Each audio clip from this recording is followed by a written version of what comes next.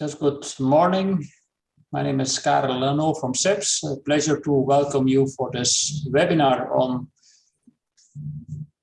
the opportunities for enhanced security cooperation in the maritime field in the Indo-Pacific. It's a pleasure that we can welcome you to debate these matters. We have an interesting panel. This seminar is organized by my colleague Stefania, who's following these matters, who's a specialist in the Indo-Pacific in EU-India policy, but also in the broader matters. Of course, we're all focused in Europe on other issues at this moment. We know it all very well, what we're thinking about, what we're following every moment. And at this very moment, the European Council is meeting in Versailles and made already a very historic decision yesterday by saying basically yes to the request from Ukraine to become a member of the EU, which is already rather unprecedented because we're in the midst of a conflict. Ukraine doesn't have clear borders, as we all know. There are also two other countries which have applied for membership in the meantime over the last days, as we know, which are Moldova and Georgia. Why do I say this? Just because it will extend Europe far towards the east into almost Asia, if I consider Georgia, which is of course Central Asia, depends how you consider it, or is Europe, let's say that depends, but we're certainly stretching towards the east. But what I think is even more important, that is that the EU has become, over the last 2 weeks, 2.5 weeks, geopolitical, almost probably to some degree against its own will, even if it's the Commission wants to become geopolitical. It has become now geopolitical because of the circumstances.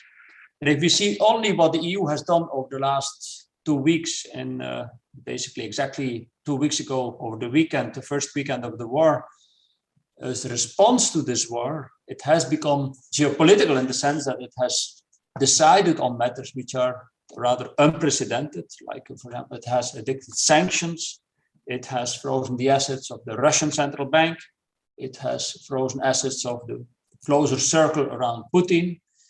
It has also activated this international peace facility, which is a budget line which we have to support military equipment for the EU, which is also an unprecedented thing.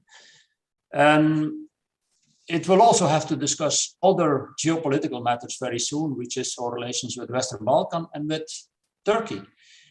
This is introduction for the seminar, just to say that, look, that this EU is now very much focused on what is happening on its eastern border, but which will not prevent the EU for also looking much more towards the east. We have seen, let's say, there are certainly spillovers of what is happening in the east towards the Indo-Pacific, because certainly if you look a bit further to the far east, the links with China and Russia are extremely important, and all the guesses now are about what will China do and what lessons will China draw from this war which is happening in Ukraine. Will it distance itself more from Russia? Some people assume it will do because territorial integrity is a very important issue for China, and we see that Russia has not respected this. But that will take probably some time. Of course, there's also this very important issue if we think about China, which is the matter of Taiwan. And with this, let's say we're totally into the issues related to this seminar, or relations with Southeast Asia and with the Indo-Pacific. The Indo-Pacific is an issue which has been probably already longer on the agenda for the EU than many people may think. Those in the seminar and this webinar will probably know very well, but I think the public at large is not so well aware of what we have been doing in the Indo-Pacific. There have been joint, for example, exercises for maritime security already. The EU India embassy New Delhi has been involved in that. They have been acting on, for example, acting against pirates in the Indo-Pacific and the trade towards, let's say, the Suez Canal. So there have been actions, but they have been hardly publicized. We will be discussing these matters today. Stefania will introduce, let's say, how we will approach this, but I'm very happy, let's say, that we have a broad set of speakers coming from different backgrounds, which can introduce these matters, can set the scene for these issues in a good way. I would again emphasize that I don't see this as a kind of a distraction from what we have today, what dominates our newspapers. We have to see immediately, if we are now dominated by one thing, let's say that there are many other burning issues all the time around the globe, and that in foreign policy, we shouldn't be totally focused only on one matter, but be aware, let's say, there are many things which we have to deal with, certainly if we want to be, as an EU, a global actor all the time. And our relations with, for example, India, our relations with many other countries in Southeast Asia are extremely important. We need to be acting with them on a day-to-day basis. Certainly, for example, with India, what will India's position be in this war? We know that India has very close relationships with Russia. We know that these Indian students were just now repatriated, I think about a day ago, to India, these Indian students which were studying in Ukraine. But we can also hope, let's say, that probably India can play a role in this crisis and help, let's say, to calm down, let's say, the attitudes of the Russian president. So with this, I hope, let's say, we will have an interesting webinar and that we can discuss these matters, keeping this crisis which we have in Europe in our mind at the moment, and see how we see it influences what is happening in the Indo-Pacific and how it will enhance our joint preparedness to have actions to step up maritime security in the Indo-Pacific. With this, I pass the floor to Stefania and thank her for organizing this. Also, I would like to thank from my side all the speakers for your involvement in this webinar, and I look forward to a very interesting debate. Thank you. Stefania.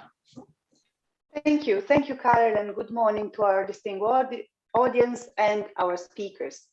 Today, we have indeed gathered an excellent panel of experts to discuss maritime security cooperation in the Indo-Pacific. And of course, when we started organizing today's discussion, the war in Ukraine was nowhere in the horizon.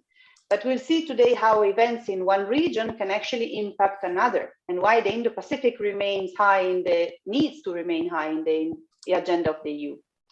Some compare the events of today and the transformation that comes along to what has been 9/11 for the US.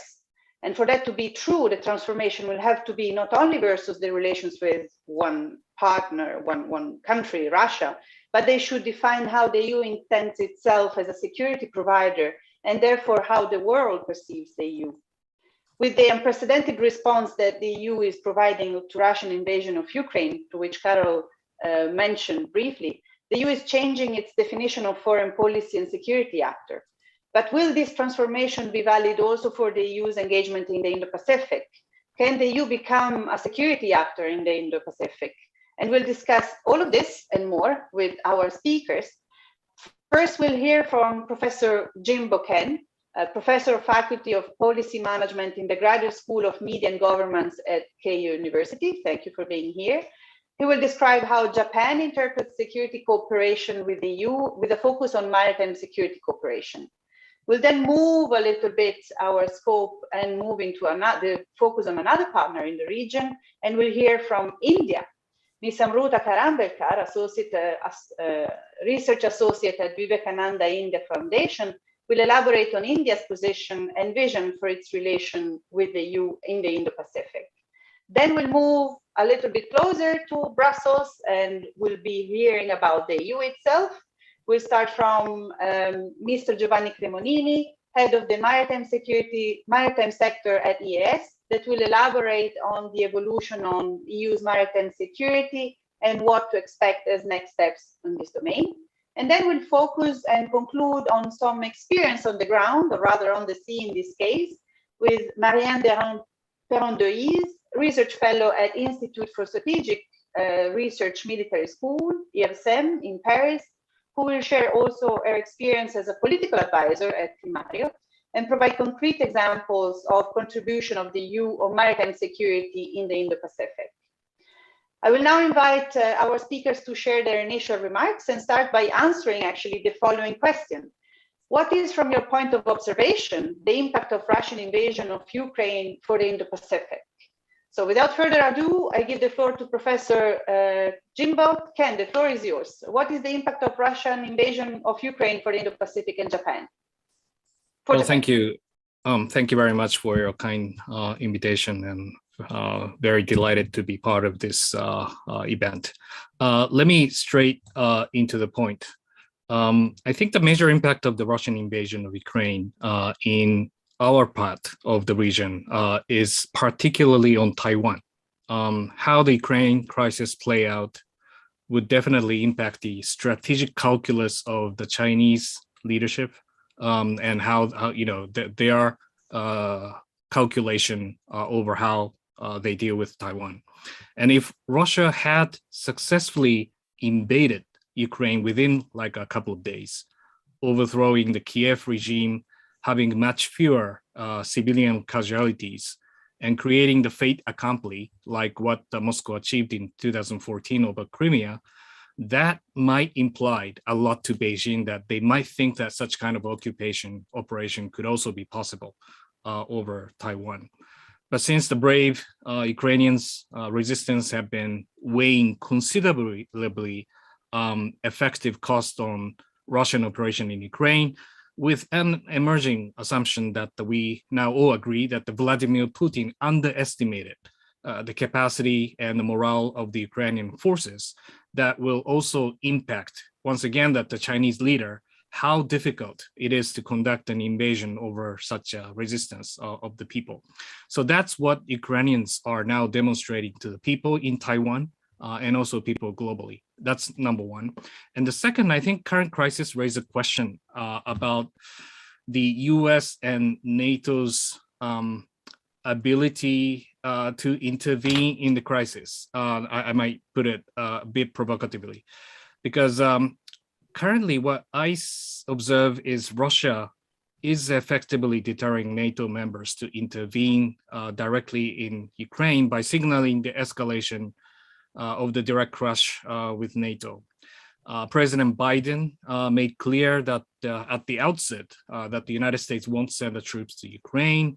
And more recently, NATO rejected applying the no-fly zone. I can argue whether that could be militarily rational. But again, that even though that the alternative plans that to transfer the MiG-29 Polish aircraft to Ukraine, and we found that both Polish and Washington were reluctant to be identified as origin of deployment of such a transfer, obviously in fear of the crisis escalation vis-a-vis Russia. And I think we all understand that risk escalation is enormously high, but coming back to the Taiwan contingency as a reference, the risk of escalation is equally high on confronting China, and which China has a large-scale conventional forces, and they have nuclear weapons. So we can, always identify the difference between Ukraine and Taiwan as a strategic context. However, whether the United States and allies, including Tokyo, are ready to fight against China, even under the nuclear escalation threat, should also be addressed. And this is, I think, serious, implication what we have right now by looking at the strategic circumstances. Finally, the unique orientation to us, the Japanese government, is on the Japan-Russia bilateral relationship. And I think that we are more definite on condemning and sanctioning Russia at this time, and qualitatively different from what we had in 2014, and standing firmly with the United States and EU member states. And this brings Japan to somewhat, make it clear to confront not only with China, but also with Russia simultaneously, which might have been the departure from our current national security strategy that tried to stabilize the relationship with Russia in order to deal with the strategic competition with China. And I think these are the configuration which we also need to abandon. So that's going to be a very tough time for us to deal with China on the one hand, and also Russia on the other. But there will be a more, I think, a platform of the strategic collaboration that we have with the European member states as well. So one point on the cooperation on the maritime security, I think Japan has the more European presence, the better approach, and we welcome to see that European, increased presence in this region. And we are delighted that there are much more opportunity to interact the joint exercises, opportunity for upgrading the interoperability of the European forces. And that is not only kind of, useful for the practices, but also as a signaling strategically to China, because what China tried to define is everything is on their domestic domain, either on Taiwan or South China Sea. But when European comes into the, to the theater, that is very effective in internationalizing all those contested issues that we face with Asia. So we welcome Europeans, and I think there will be a lot more opportunity to be explored in the future. Thank you very much. Thank you very much.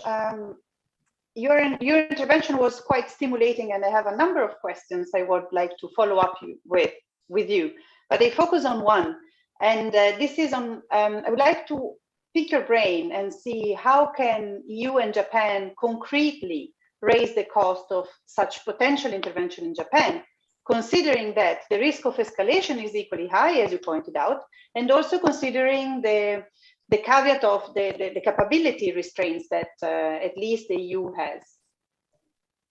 Yes, I think that, obviously that for the phase one, we have to admit that we failed in deterring Russia for Ukraine invasion. And we are also not doing fine on the escalation management at this stage. But I think the remaining question we have is how successfully we can weigh a tremendous cost over the Russian aggression through the various means that we can actually, send more assets to make Ukrainian much more resistance, to make Russia to eventually come into the negotiation table. At the same time, we can tie up the sanction, unprecedented level of the financial sanction towards Russia, to have like a short-term economic shock towards them. And those kind of quid pro quo type of transaction in a very consolidated manner would be very important way, not only to deal with the current issue, but also for the future strategic calculation of China. Thank you. I know that you have some time constraints this morning, and I'm sorry, but I announce that perhaps you will not be following the whole discussion, so I let you go for now, and I welcome you back as soon as it's possible for you. And now perhaps we can move on to India with Amruta. But in the meantime, I take the opportunity to say that obviously, if you want to share already your questions, please do so, and perhaps we feed them directly into the conversation. So Amruta, please, if you want to start with the introduction with the question for you as well, what is the impact of Russian invasion of Ukraine for the Indo-Pacific and for India? Thank you very much, Stefania. This whole invasion was unexpected and something one would have never desired to happen. And I'll go into details about this a little later, because the very first impact we have to understand commonly as three representatives is that this has brought back the relevance of conventional warfare, the typical armored dominated warfare back into the scene. This was a time when we were speaking about, newer warfare, cyber and precision warfare and emerging tech, more high-tech warfare. But it has gone back again to the conventional warfare, which we had least anticipation that something like this will happen, particularly in Europe. Now, as far as India is concerned, our concerns have been continental because we share a land border with China. And the incidents from the last 2 years since Galwan episode, our focus has shifted on continentality, and we've realized that warfare for us is going to be still very kinetic, very land-based and personal intensive. So while there are newer technologies and that one has to incorporate and look forward to, but this conventional focus remains. This also sort of splits our attention onto the continental border as well. So because we have been through this experience very, very recently, then there is an understanding of what this might mean for Europe, because just the way we share our borders with China, Europe shares its border with Russia. So we understand So, and because we've had this severe continental threat on our borders, we have lived through it, which is where one of our fears is a combination or an alliance between China, Russia, and Pakistan. So if that alliance is going to be extremely challenging for us and something we would not want to see. This is where again our position on Russia comes, that our efforts to socialize Russia or our existing relations, or the way we have our policy has been in the UN recently, has been to so as to avoid any further closeness between these three countries. Because if these three countries come together, we have to see the implications not just for India's border, but the entire Eurasian continent as well. So far in the Indo-Pacific, we have been talking about maritime security and we've had our blueprints on what we want to do. But if such an alliance takes place on our borders, which will, of course, engage India to a great extent, and which will also then have continental dimensions through Central Asia and other ways, which will also reach European borders. So keeping Pakistan, China, and Russia apart from each other has been our very main goal. Second has also been that there are going to be little questions on American commitment to the region, because what if the American and European strategic focus again goes back into continental Europe, and then all of us have limited means. So then what happens to our engagements in Indo-Pacific and all the plans that we have been doing? So this is something one has to look forward to. Thank you. And if you don't mind, in my follow-up question, I would like to ask a little bit around the current Indian position vis-a-vis Russian invasion of Ukraine. Because India has been abstaining to UN votes condemning Russia, so far 5, and as well as has been working towards toning down the declaration of Quad on this regard. There are also talks around how India can reciprocate by providing agricultural goods as payment for defense equipment, which we all know that Russia is by far the major supplier of defense equipment for India. So, of course, this is a calculation that has some ground. But this comes at a time of quite a positive growth of political relations with the EU. So my question for you is, how do you think that India will intend to balance the relations with Russia and with the EU in the future? This is indeed a very challenging situation. Let's not make two bones about it. So far, the stance that we've had, one, as I already explained, has to do with this whole continental security and avoiding the trilateral closer relation between China, Pakistan, and Russia. Second reason is also our defense dependency, which you've rightly alluded to. And it's not just about buying equipment, but Russia has also supplied us with critical technology, which no other defense partner has supplied before, be it nuclear submarines or S-400s, also helping us in transfer of technology in India's space program, in India's nuclear program. So this is also a matter of legacy. Russia has supported India on Kashmir every time in the UN as well. So these are the legacy issues that one has to bear in mind. At the same time, India's relations with the West have deepened and should not be underestimated in any way. In fact, if we are focused on the future, there is a lot for India as a growing economy, to gain from the Western world. So our relationship has already been deepened, even in terms of defense. There is a diversification already underway. India is also buying a lot of equipments from US as well as France, as we've seen. But that said, and I think somewhere here we would understand each other's position very well. For instance, when India had face-off with China in Galwan, European statements were completely balanced. And as a scholar, I can understand that, because you have your deep economic linkages with them, and that's something you would not want to sever. So the statements were also in a way that, expecting both sides to exercise restraint. And this is where also India has done its balancing act. And I feel somewhere, because both Europe and India have common challenge in China, although perception of that threat might be slightly different, but we have a commonality in how and the urgency about mitigating the China challenge.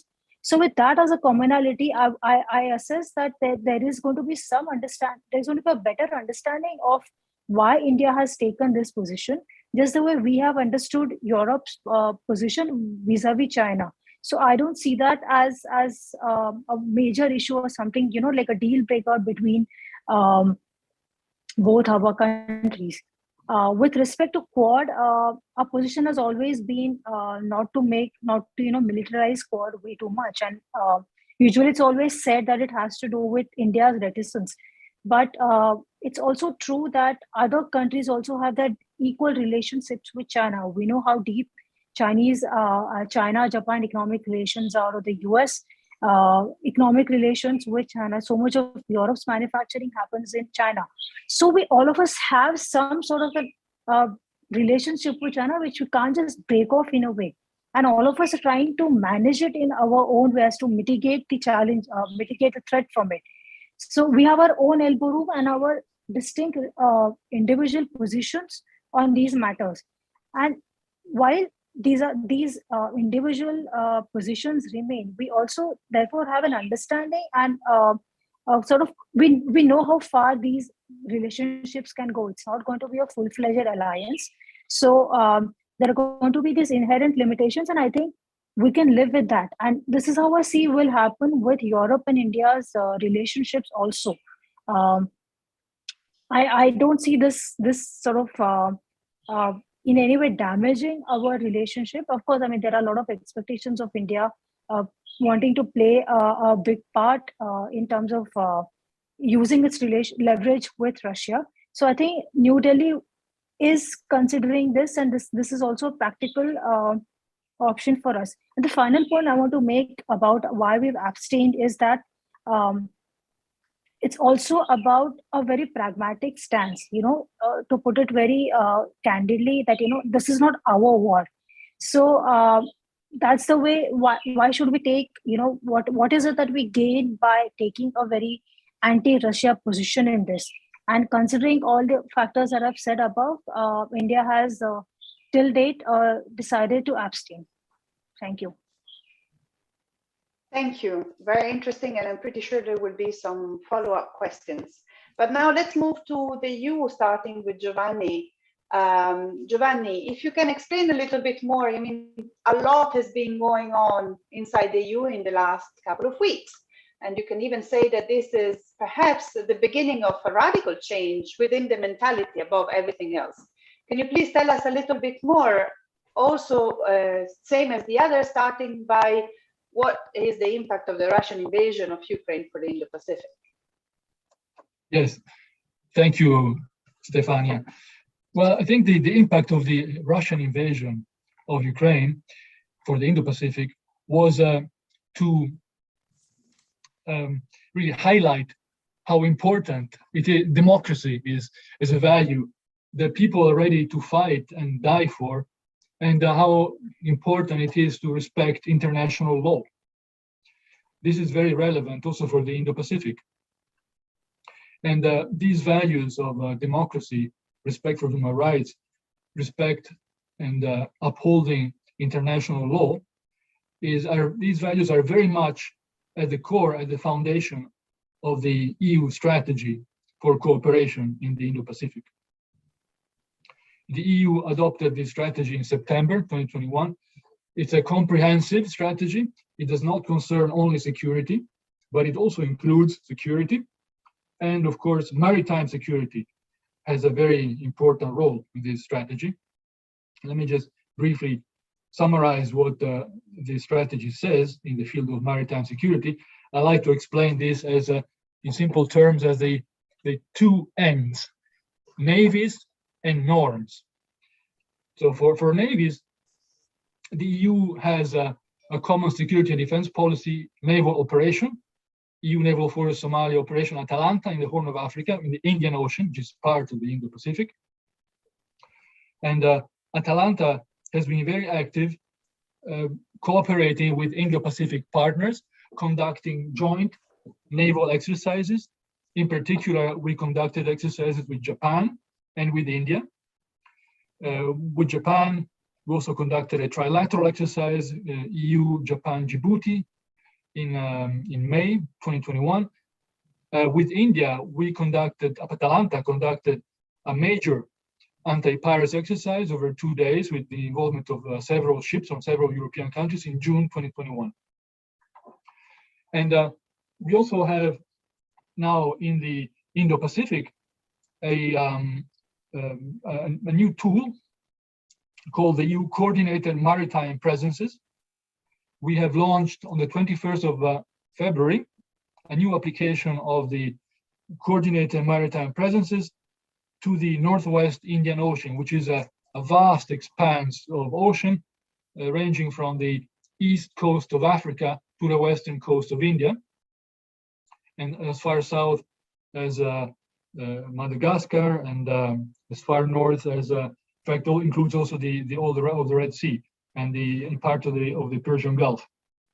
So this is a way for the EU to coordinate the presences of the naval assets of EU member states in the region. So it'll be coordinated patrolling and also crucially sharing of information to improve the recognized maritime picture. So it'll be sharing of information at the EU level with the Maritime Area of Information Coordination Cell based in Brussels, but also we plan to exchange information with the partners in the region, the coastal states, for instance, India. This is something that we're now starting to implement. We just, as I said, we just launched the EU Council launched this initiative on the 21st of February. But this is, we'll develop this. On the other hand, for norms, and here by norms I mean very, very broadly, not just law strictly, but I mean under the constructivist paradigm of international relations, I mean by norms and the standards of accepted behavior. So anything that we do, way of doing things, the EU way of doing things, we want to export this, we want to share it with partners in the Indo-Pacific through seminars for sharing information, through capacity building, but also we want to support international maritime law with partners.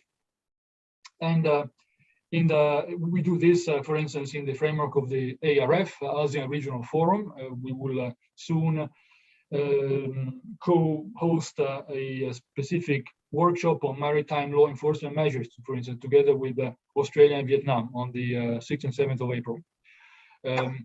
But we do a lot of capacity building, and here, of course, project CRIMARIO, Critical Maritime Routes for the Indian Ocean, for the Indo-Pacific, plays a key role. But here I leave to Marianne to talk about CRIMARIO later. It's a very important project. So EU has naval presence in the Pacific. The EU promotes norms, capacity building, international maritime law, freedom of navigation. Of course, it promotes freedom of navigation both with the presence of our ships, so with the hardware, and also we promote freedom of navigation with our software, which is norms, European norms, capacity building, promotion of our view of maritime international law, together with like-minded partners such as Japan and India. And what can we do in the future? In the future, of course, we will follow these two lines, and these two sort of we will work more in these two directions. For naval presences, of course, we'll have the development of the coordinated maritime presence in the Indo-Pacific, starting from the Northwest Indian Ocean. And here, I think we can do more exercises. I'm thinking, of Japan. I'm thinking of India. We can also bring in the US. We can have a joint naval exercises with like-minded partners, and not only bilateral, but we can imagine also trilateral and multilateral exercise. We want to do more of this. We want to expand the EU naval presence and also the EU joint naval cooperation with like-minded partners in the Indo-Pacific. And as for capacity building, again, I think there's scope for cooperation with partners. There's scope, of course, for expansion of our projects. CRIMARIO will be extended to the Pacific Ocean. Now Cremario covers already all the Indo-Pacific from East Africa to Southeast Asia, and now will also expand to the Pacific. Cremario, as you will hear from Marianne, has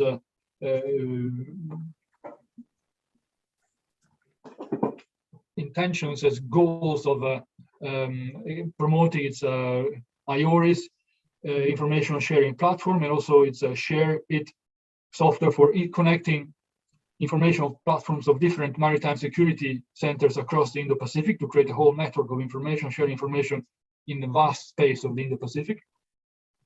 But concretely, also what we can do with partners such as Japan and India, we can coordinate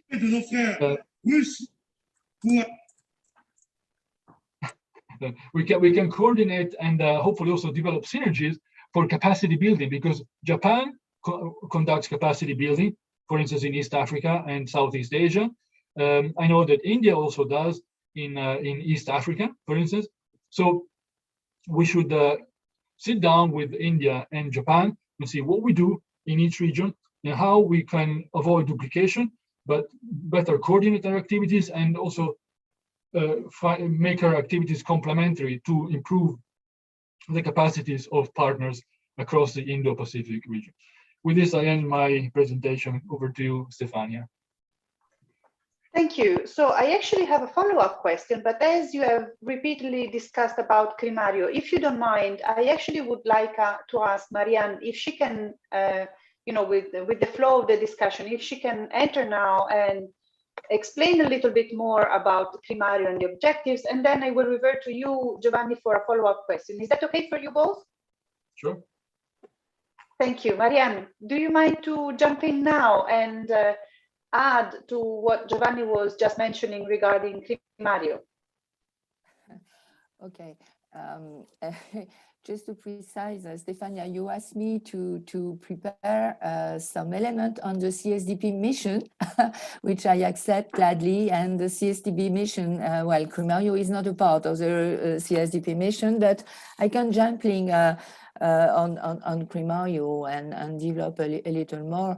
In fact, this project is a capacity building project, so is linked more with a soft security approach on the EU approach to maritime security. And what is interesting in Cremario is that it is a long-term project with a legacy already in the Western Indian Ocean. That is to say that Cremario has built a long-term partnership, is very well known in the region, in the Indian Ocean. And of course, I've been able to work with the CSDP mission at Atalanta and develop, I will say, some operational dimension with the main partner in the region. But initially, the goal of Cremario was to increase maritime domain awareness for a lot of partners to help them to secure the maritime domain, to be able to protect their blue economy, because in the Indian Ocean, the blue economy is really a concern, not only piracy, and I would like really to underline that. With Cremario, we had, a joint dimension regarding maritime security, traditional and non-traditional concern. And I think that beyond piracy, there are a lot of criminal activities that are developing currently in the Indian Ocean, in the south part of the Indian Ocean, and maybe also in Southeast Asia. And I'm having in mind, for example, EU fishing, and all of the trafficking related to weapons, to human migration and drugs, which are very, very much concerned for our partner in the whole Indo-Pacific. And Cremario is really helping the partner to have a more clear view of the maritime domain with the tool IORIS that Giovanni mentioned, which is a communication tool and will help the partner to exchange, to communicate. And what is interesting with this flexible tool, IORIS, is that this tool can be plugged in the already existing maritime security architecture in the region. And this is really very important to have in mind. EU didn't come in the region with a new thinking, with a new tool. EU doesn't want and didn't want to duplicate it, what was already existing in the region, but wanted to add a new value and to listen to the concern of the partner, to try to understand in which way some enhancements of the maritime domain awareness consent could be done. And I think that this is a part of the success and the credibility of IORIS. And this is why I think that EU can consider to develop and to enlarge the scope of IORIS to the whole Indo-Pacific. That is not only to say Southeast Asia, but the South Pacific. And I would like to insist on that, because I think that EU fishing and the protection of the resources against the blue economy of partner in the South Pacific is something very important. And maybe the Indo-Pacific for now is very, very focused on the Indian Ocean and maybe the South China Sea. But it's a very, very vast body of water, and we are expanding our partnership. We already mentioned Japan, we mentioned India, and Japan, India are working already in the South Pacific, in Southeast Asia, and are developing what it's called and described as a Coast Guard diplomacy. That is very interesting for EU, which can partner, which can add its own dimension, and also contribute to this effort already in place by our partner, and try to offer to complement this effort in training, for example, in, I will say, trying to develop exercising, and again, in a very, very concrete way, enhancing the capacity of many maritime administration in the whole region. And again, with an interest in developing relation with the Coast Guard, and to enhance this kind of Coast Guard diplomacy already well known in the region. Maybe I will stop there. Thank you. That was very interesting. And indeed, perhaps, I don't know if you want to actually, thank you for your flexibility. If you want to continue with your initial remarks so that we continue, because then my follow-up question goes to another direction. So perhaps it's more, it's best if you continue, if it's okay for you. Yes, you want me to react regarding the impact of the Ukrainian war in the Indo-Pacific, because exactly. And if you have anything else to add as your initial remarks, because I realized that I didn't give you this opportunity. Yeah, and I think it's really important. You know, you mentioned my major capacity as a research fellow at the Institute for Strategic Research in Paris, and no need to underline that we are observing very carefully the impact on this aggression war and the potential duplication and the transposition of this kind of use of force in the international relation in the whole Indo-Pacific. And we are fully aware of the concern of our partner in the Indo-Pacific. And we can understand that ASEAN countries are really concerned about maintaining a kind of balanced diplomacy and balanced diplomatic relation between the United States, between Russia, and between EU regarding the development of this event in Europe. That's the main parameter, as already mentioned by my fellow co-panelists, Ken and Amruta, is the Chinese parameter.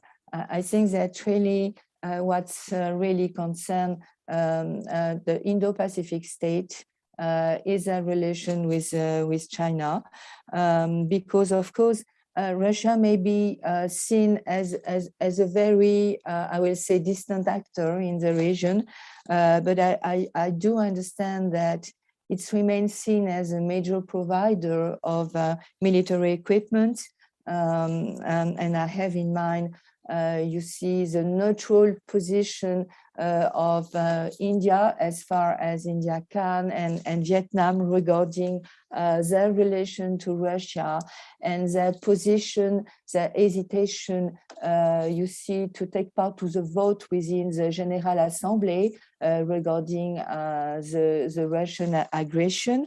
I think that also in the Indo-Pacific, Washington is seen as a leading Asian power, and also that Washington has made Indo-Pacific a very strategic priority, and is a main provider of security, including in the maritime domain in the region. And that there are a lot of bilateral security relations of Washington in the region. And there are also development of two very specific mechanisms as Quad and AUKUS. So some partner of US had a kind of strong, I will say, concern to align with US position regarding this war. And of course, there is EU, and EU is a very significant economic and political partner with many countries in the region. Of course, ASEAN, of course, Japan, of course, India, but also China in a way. And there are a lot of questions regarding the ability of EU to implement in the region, to go on and to have the capacity to implement its Indo-Pacific strategy. But also, I think that the ASEAN countries are observing the quite intense diplomatic mobilization of EU, and the search of the EU member for very credible option, as already mentioned, going from economic sanction and going to arms supply, which is really a shift in the strategic position of EU. And all of these ASEAN states are observing how far EU could go, and how far EU has the capacity with US and NATO to reverse or to influence the course of war in the region. And of course, I think that how long and to which extent EU is able, I will say, to work, to sustain its strategy, actually is observed with a great interest in the region. And the question I think also is a hope that the robust means that are put in place by EU in the defense of Ukraine, they hope that this means and capability will not distract not EU, but also the US to fulfill their engagement, their multidimensional engagements in the region. And if I can conclude with that, do not forget that China also is observing the evolution of the situation. And if I can put it like that, in a very pragmatic and realist view, for China, there is a case study in observing the way how EU, NATO, and United States are reacting. And I would like to emphasize the fact that, yes, Ukraine is not a part of EU, yes, Ukraine is not a part of NATO, so is not linked by any, I would say, security arrangement with the rest of this Western partner. But you can see how intense are the effort and the tool putting in place to try to be an active element to help Ukraine. And I will finish. My comment there and stand ready, of course, to answer to any more questions. Thank you. Thank you very much for your flexibility and also for providing a perfect link to the follow-up question to Giovanni. And thank you, Giovanni, for your patience. When you were indeed introducing the discussion that ASEAN, and not only ASEAN, but states are observing how far the EU will go and put in question on the credibility of the EU, this is exactly the kind of the credibility was the discussion, my question, sorry, for Giovanni. So a step back, indeed, the reluctance of India to condemn Russia is, of course, due to the calculation of their interest, and we can see the reason why. Russia is indeed a major provider of defense equipment, not only to them, but as Marianne just said, to a number of other countries as well, with a number of engagements. But also we can see in a way that also AUKUS can kind of play into the same narrative with the Australians that ceremoniously dumped the French contract over US nuclear deal. So, you know, the primacy of being a credible security provider. All of this tells us that at the end of the day, being a reliable security provider is what matters the most. So my question to you is the EU willing to learn to speak the language of hard power and to gain credibility as a security provider? Giovanni. Oh, okay. Good question. Easy one. Well, I think the EU is determined to be more of a security provider, and there are things that EU can do. The EU can have a presence. We're trying to do that. In the Indo-Pacific, we have EU ships. We will have more with the coordinated maritime presences, and we will also continue to be present with, as I explained earlier. So with providing capacity building the capacity of other countries, the capacity of other countries in the Pacific to control their maritime space in particular. Of course, the EU is not as such an organization that would be able to provide territorial defense. This is a task of NATO in Europe. So I would say my answer would be that the EU can be a security provider. It can make a contribution, and this contribution can be, I think, in some niches, can be very important, because the EU does have advanced technology. Let us not forget that the EU has many tools at its disposal. Some of them are hard security, but there's also much more. The EU has economic tools, and the EU can regulate its technology transfers of dual-use technology. This is sometimes even more important than hard security in the traditional way. So even though the EU as such is not focused primarily on security in the same way that a military alliance like NATO would be, my answer would be that the EU is a security provider because it can contribute with its tools to the overall security of Europe and also of the wider world, including the Indo-Pacific. Thank you. I think we're now ready to move on to the questions that are coming in from the audience. And perhaps the first one would be for Amruta.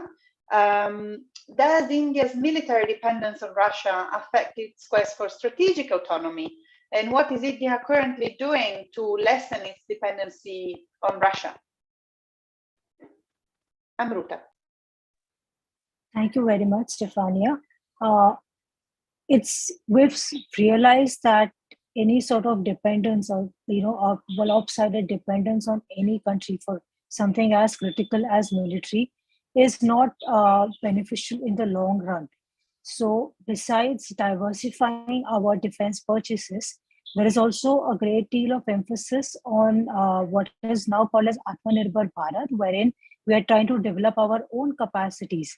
And if you've heard the Prime Minister's speech right amidst the Ukraine conflict, there is a great emphasis on building our indigenous defense capacities, so that we are not dependent on any one country, and that the dependence should not affect our policy choices. So that process is going on. Just as, I mean, there is great deal of equipment that is bought from the US, high-tech equipment, also from France, and there is so that sort of balance is already underway. But we will take some more time to see wider implications of it. Okay, thank you.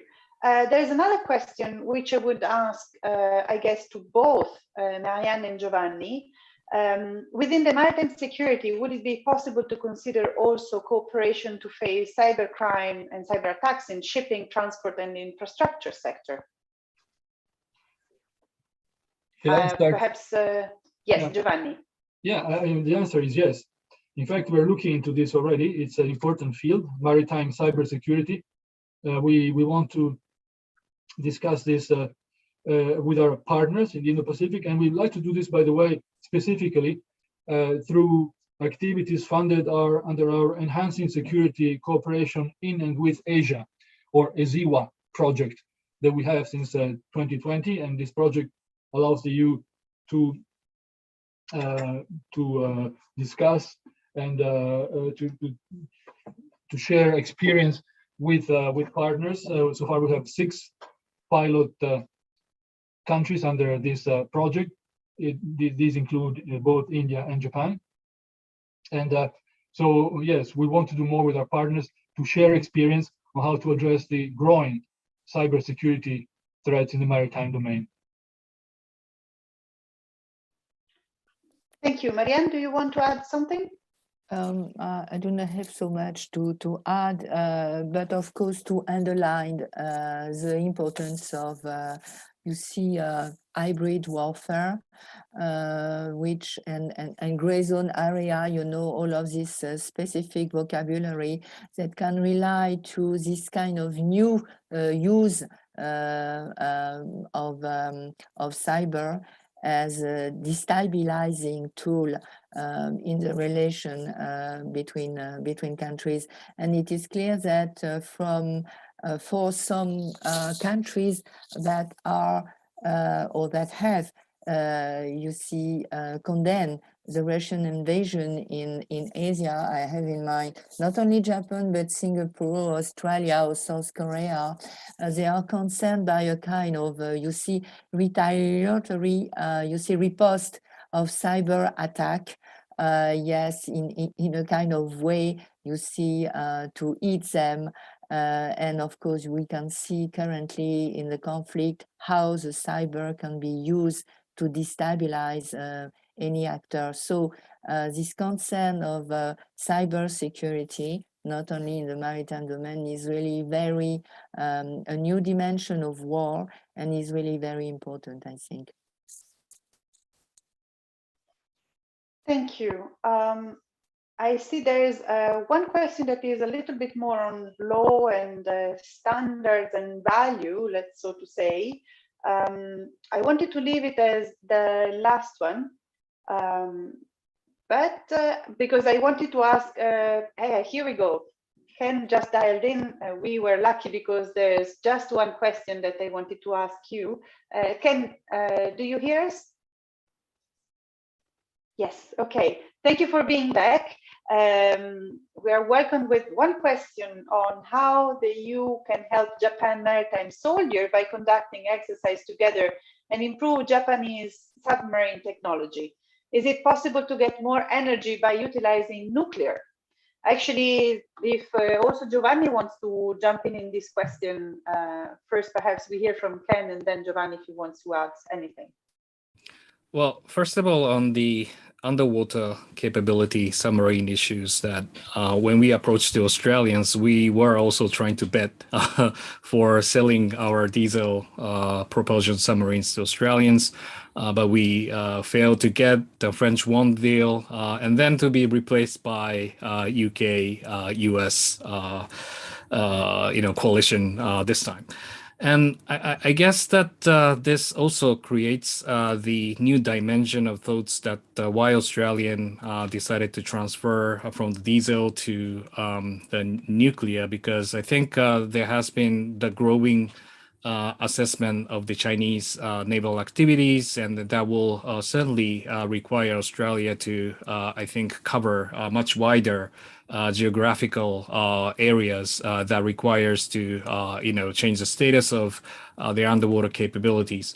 And whether Japan is interested in joining that scheme is still, I'm not that confident in saying this, because by looking at the Japanese geography, our submarine activities are basically dealing with how we can deal with the anti-submarine warfare vis-a-vis China. That operational areas is pretty much focused in East China Sea, South China Sea, and also in the Pacific, wider area, but doesn't really require the such kind of long range, longer days operations. But quite acrobatically, when we think about changing our defense posture, like having more like a longer range strike capability towards China in the escalation control, because they have lots of bunch of medium range missiles and we do not. And then when we need such kind of package of the strike capability, some believe that we need to have the strike submarines, and that could be well equipped with nuclear propulsions. And there has been the recent debate that Japan also be thinking about like a nuclear sharing style of the like a NATO model to get ready for the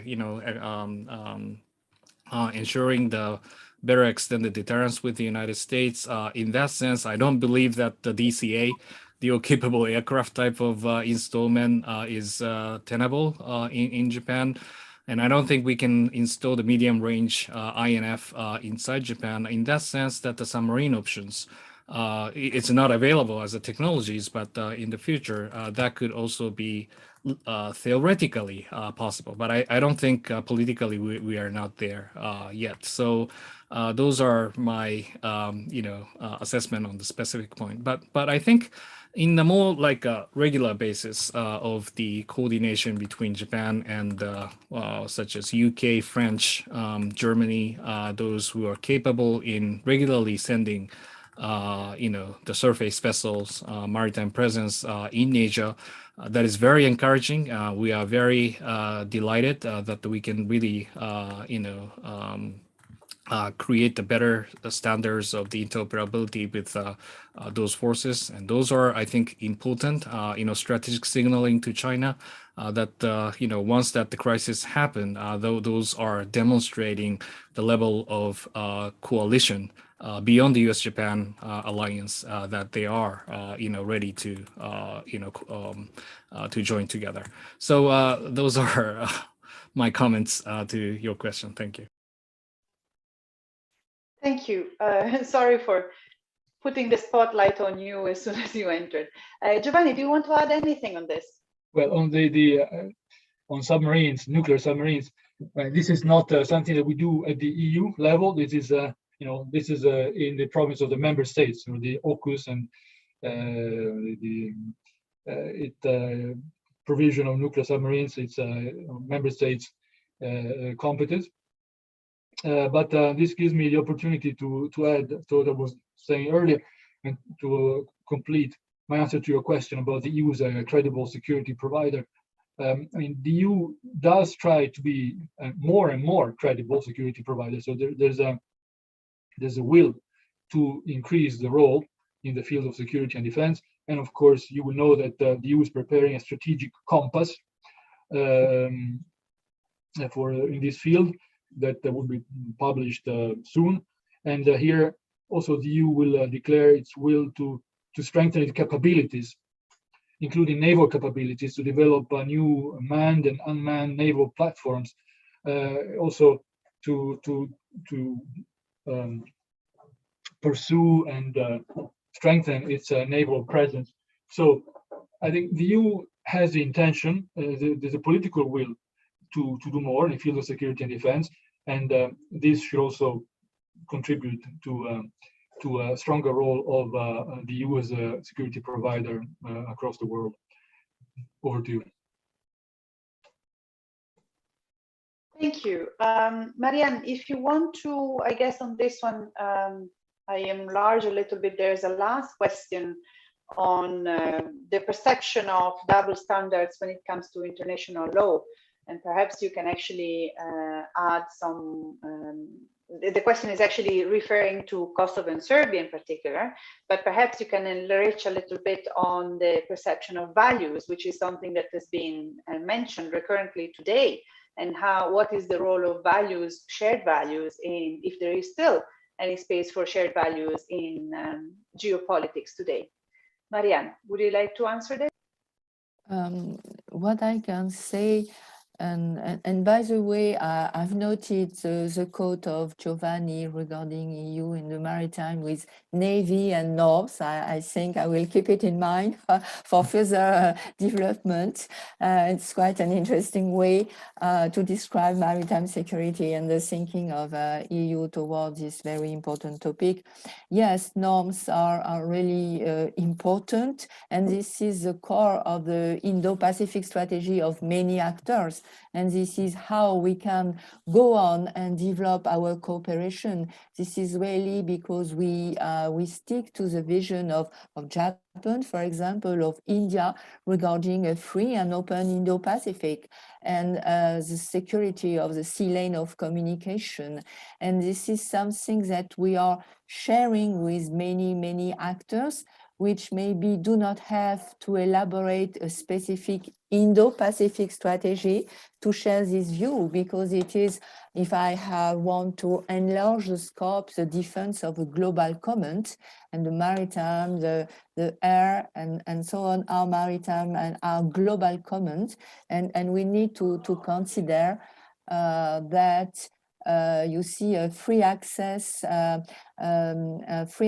to sea lane of communication is a very important element for the prosperity of the international community, because we are observing the development of maritime transport, connectivity again, and maritime connectivity means to have the capacity to be protected from any kind of threat that can, you see, attempt to disrupt a sea lane of communication, and it could be through criminal activities or maybe political initiative. So I think that norms in the Indo-Pacific are really very important, and I can observe that EU has some facility to develop its cooperation at sea clearly with like-minded partner. And what I've noted from some quote of Joseph Borrell is a kind of openness of EU towards the Quad, which is quite a very interesting mechanism, which had a maritime dimension. And referring to this maritime dimension, I will just remind that India, Japan, Australia, US, and other Quad potential or Quad plus potential partner are developing quite an active maritime security, trying to coordinate themselves with very different scenarios to exactly secure the maritime domain, to be sure that there is no threat on the sea lane of communication, but also to answer to new concerns regarding climate change, for example.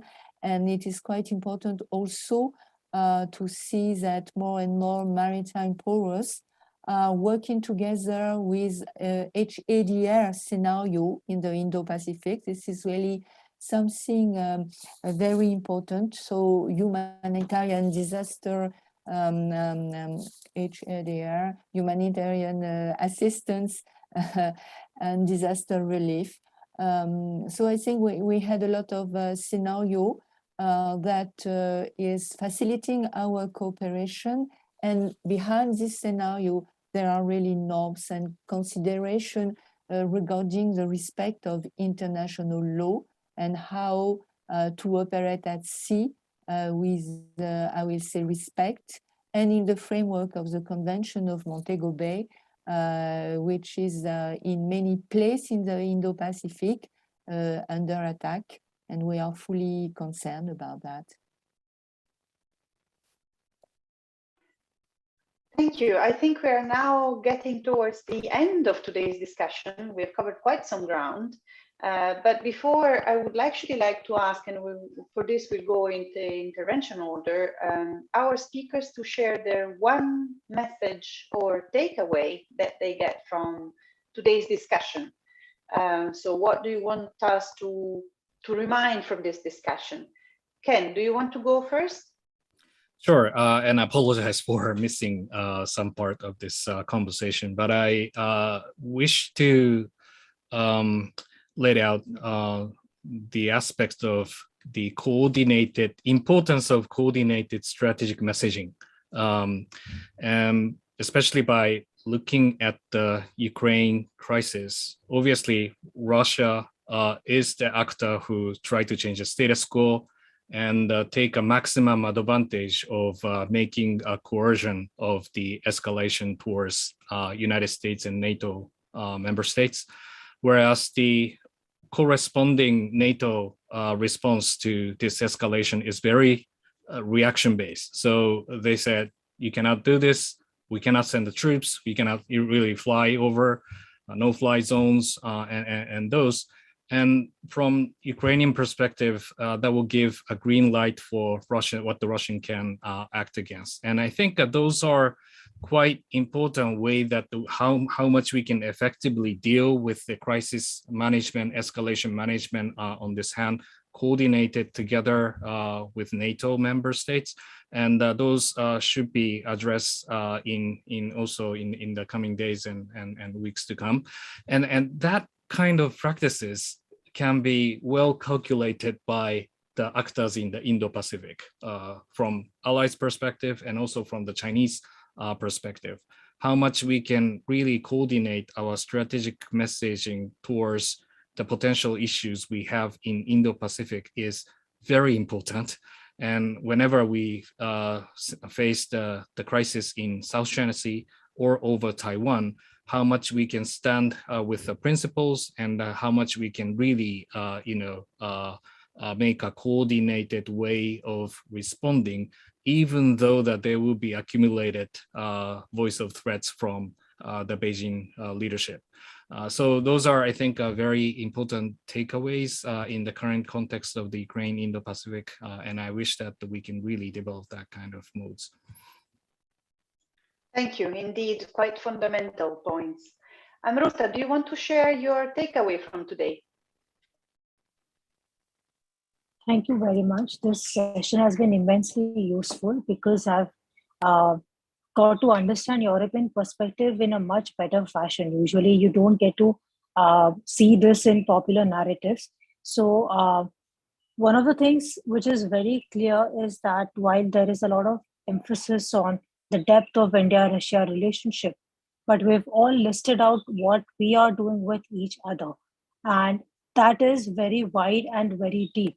It's just that this is a fairly recent development between our relations with US or with the EU, or with what we're doing with Japan. So but the way the policies are going, there is no turning back, and this is only going to deepen over a period of time.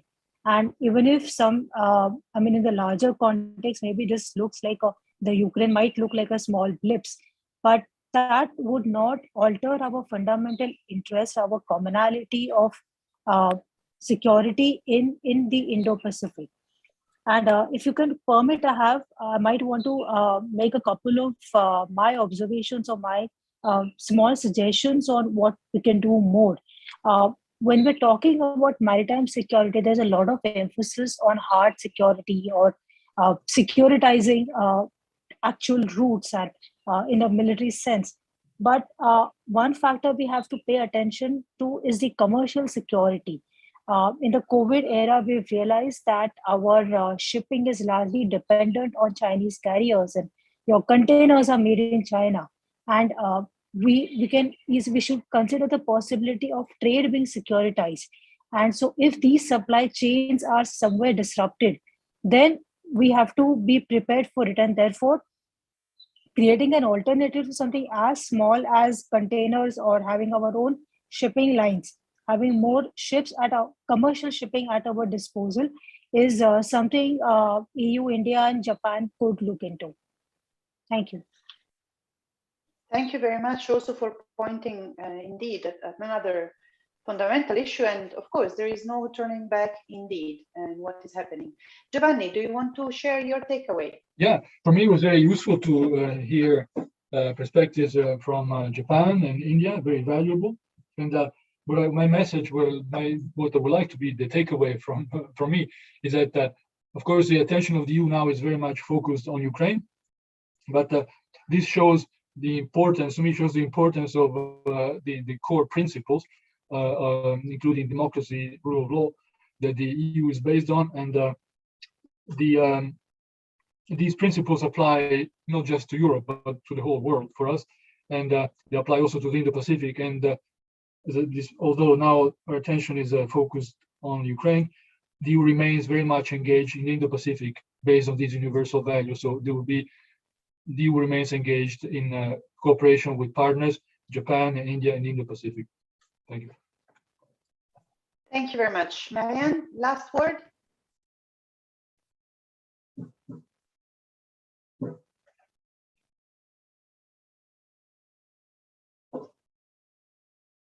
Marianne, you're on mute. You're on mute. Sorry, I am the one. I wanted to echo the comment of my colleague and especially Ken regarding the strategic messaging. I think this is really important for all of us, for EU. And the fact is that we saw with Giovanni that there are a lot of tools, a lot of, I will say, initiatives that can put into action that can be developed for increased cooperation with like-minded partner. And this is really important to be able to cooperate more at sea, develop our, I will say, operational understanding, in one word, our interoperability, because by being seen at sea, it is really the expression of the will of EU to work with partner and to develop some scenario to show that there is not only a will, but capability, and capability are something really important if we want to be prepared to any worst case scenario.